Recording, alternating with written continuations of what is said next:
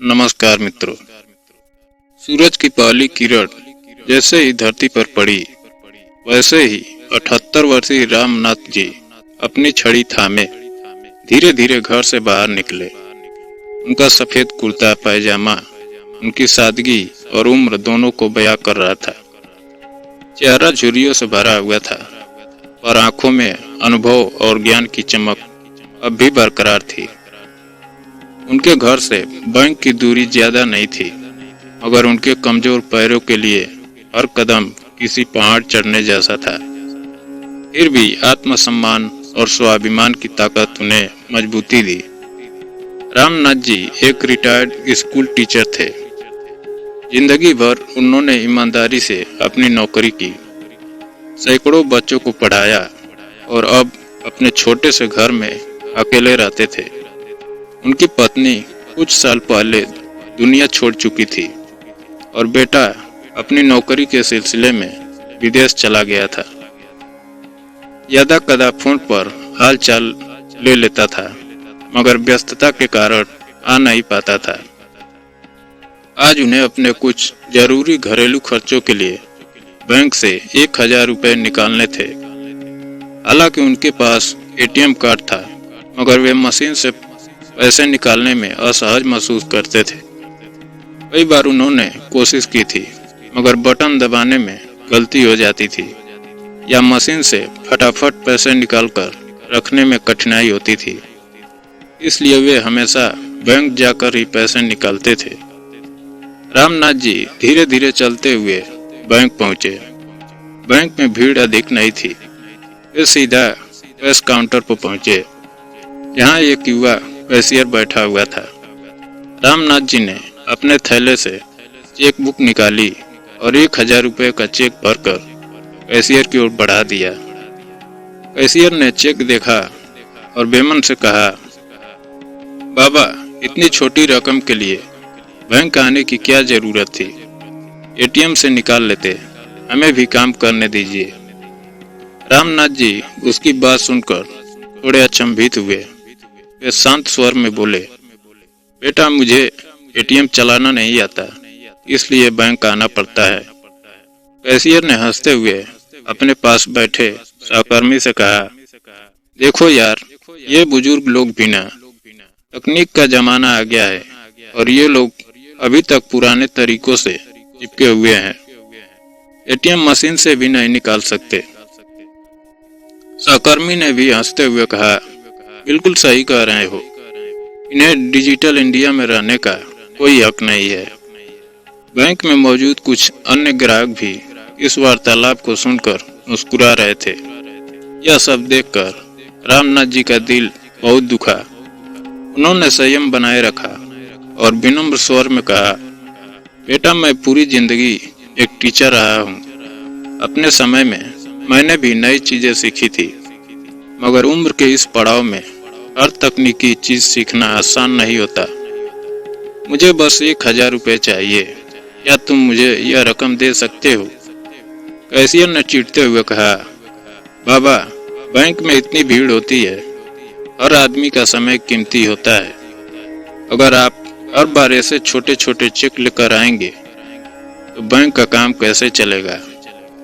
रामनाथ जी ने गहरी सांस ली। उनकी आंखों में हल्की नमी आ गई। वे खुद को संभालते हुए बोले, क्या मैंने अपने ही पैसे निकालने के लिए किसी का समय बर्बाद किया है? कैशियर ने अनमने भाव से कहा, अच्छा बाबा, ठीक है, दे रहा हूँ, लेकिन अगली बार एटीएम से ही निकालिएगा। रामनाथ जी चुपचाप खड़े रहे।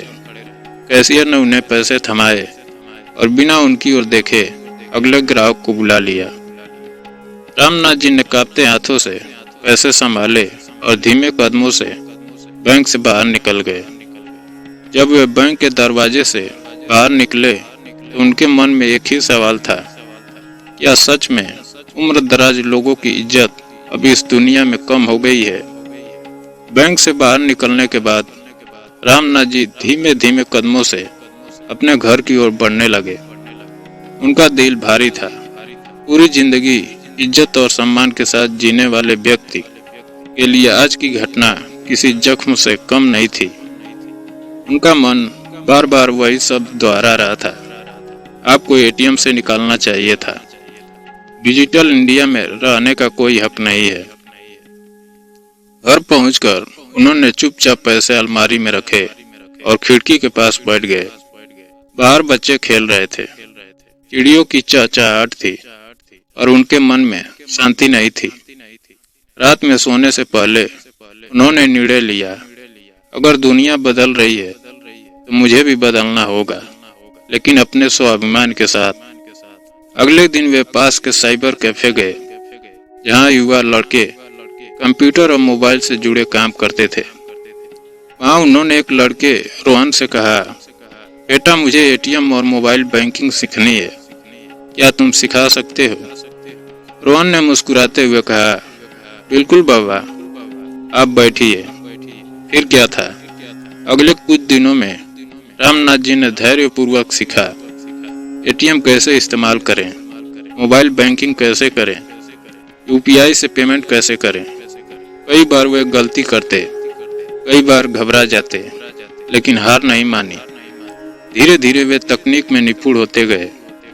करीब 1 महीने बाद रामनाथ जी फिर उसी बैंक में गए।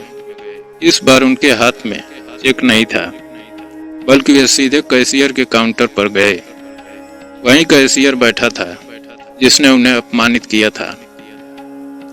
रामनाथ जी मुस्कुराए और बोले, बेटा, पिछले महीने जब मैं आया था तो तुमने मुझे एटीएम इस्तेमाल करने की सलाह दी थी। तुम्हारी बात मुझे दिल पर लगी, इसलिए मैंने यह सीख लिया। अब मैं बैंक से पैसे निकालने नहीं, बल्कि तुम्हें कुछ दिखाने आया हूँ। उन्होंने जेब से अपना स्मार्टफोन निकाला, उसमें मोबाइल बैंकिंग ऐप खोला और कैशियर को दिखाया कि उन्होंने अभी अभी अपने अकाउंट से ऑनलाइन पैसे ट्रांसफर किए हैं। कैशियर चौंक गया। उसने संकोच भरी नजरों से रामनाथ जी को देखा। उसके चेहरे पर शर्मिंदगी थी। बैंक में खड़े अन्य ग्राहकों ने यह देखा और तालियां बजाने लगे। रामनाथ जी ने कहा, बेटा, नई चीजें सीखना गलत नहीं है, लेकिन बुजुर्गों का अपमान करना बहुत गलत है। हम भी सीख सकते हैं, बस सही मार्गदर्शन चाहिए। अगली बार जब कोई बुजुर्ग मदद मांगे तो उसे तुतकारने के बजाय प्यार से समझाना, यही असली डिजिटल इंडिया होगा। कैशियर ने सिर झुकाकर माफी मांगी। आज रामनाथ जी केवल पैसे निकालने नहीं आए थे, बल्कि एक पीढ़ी को सबक सिखाने आए थे। उनके चेहरे पर संतोष की मुस्कान थी। वे सम्मान के साथ बैंक से बाहर निकले और इस बार उनके कदम और भी मजबूत थे।